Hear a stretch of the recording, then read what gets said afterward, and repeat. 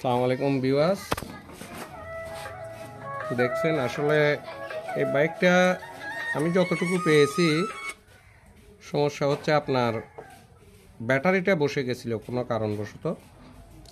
Battery বসে যাওয়ার পর বাইকে ব্যাটারি এতটাই বসেছিল যে বাইকে স্পার্ক দেওয়ার মতো শক্তি পাচ্ছিল না, কিন্তু আমার চার্জার ভালো আছে, এই যে চার্জারটা ভালো আছে, কিন্তু চার্জার যে কারেন্টগুলো দিয়েছিল ওইগুলো দিয়ে আপনার সিডি কারেন্ট দেওয়ার মতো শক্তি পাচ্ছিল না, ব্যাটারিটা অতিরিক্ত বসে গিয়েছিল।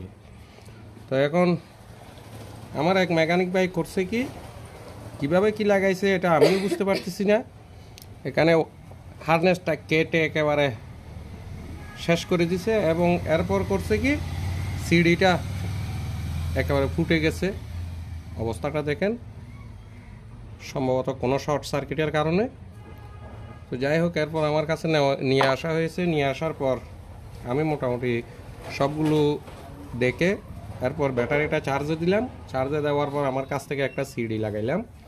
এখন দেখতে পাচ্ছেন লাইনটা আসলে ভালো আছে, এখানে স্পার্ক দিচ্ছে, সব ঠিক আছে। সাথে আমার চার্জার এতটাই বিদ্যুৎ দিচ্ছে, টপ লাইন লাগানো আছে, এটা ব্যাটারি ছাড়াই জ্বলতেছে। তার মানে সব কিছু ঠিকই ছিল, কিন্তু ব্যাটারিটা একটু চার্জ করে দিলেই সব ঠিক হয়ে যেত। তো আমার ভাইটি করলো কি, মোটামুটি হারনেসটা কেটে একেবারে জ্বালাপালা করে দিছে। তো কাস্টমারের চাহিদা হচ্ছে এই কেটে ফেলা হারনেস হয়তো ভবিষ্যতে ডিস্টার্ব দিতে পারে, কিন্তু আমি এখন মোটামুটি ঠিক করে দিছি। এরপর উনি বলছেন পাল্টে দাও। তো আমি মোটামুটি সিডি আর গিয়া হারনেস আনো বাজাজ জেনুইন এবং সিডি দিচ্ছি ব্যারক জেনুইন পার্টস দিচ্ছি। দেখা যাক, চেক করে দেখি বাইকটা ভালোভাবে চলে কিনা। তো ব্যাটারিটা কিন্তু আসলে নতুন দেওয়াই ছিল। ব্যাটারি কোনো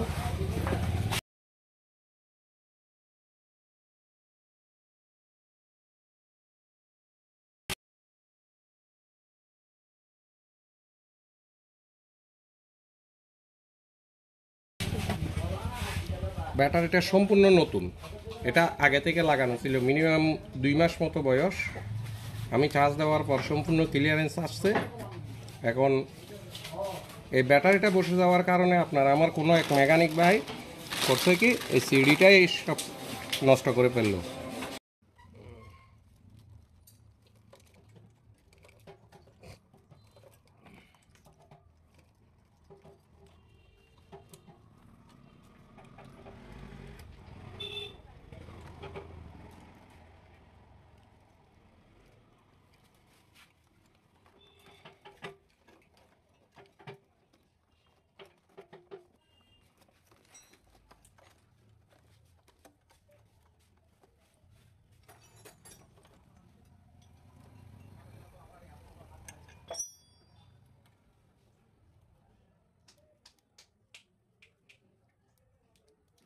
বলতো দাও।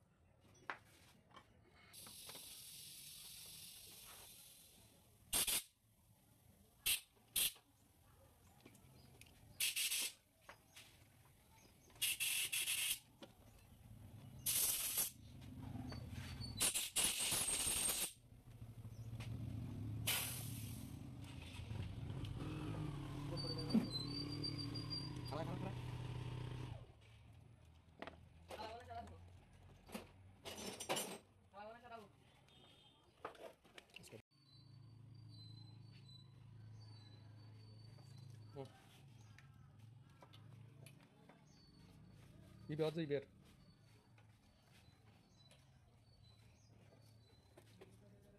İber de İber de. İber de.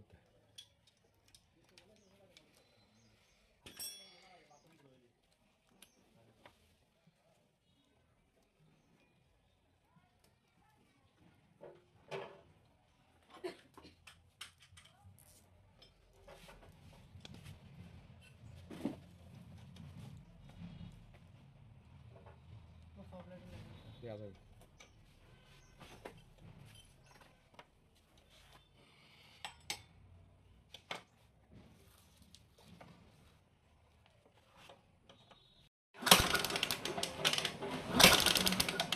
হ্যাঁ, তো আসলে আমি নতুন হারনেসেও সেই পুরনো সিডিটা দিয়ে একটু টেস্ট করে নিলাম।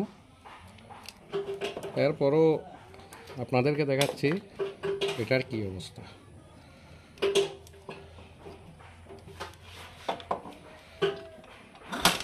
নাই, এটা গেছে একেবারে শেষ।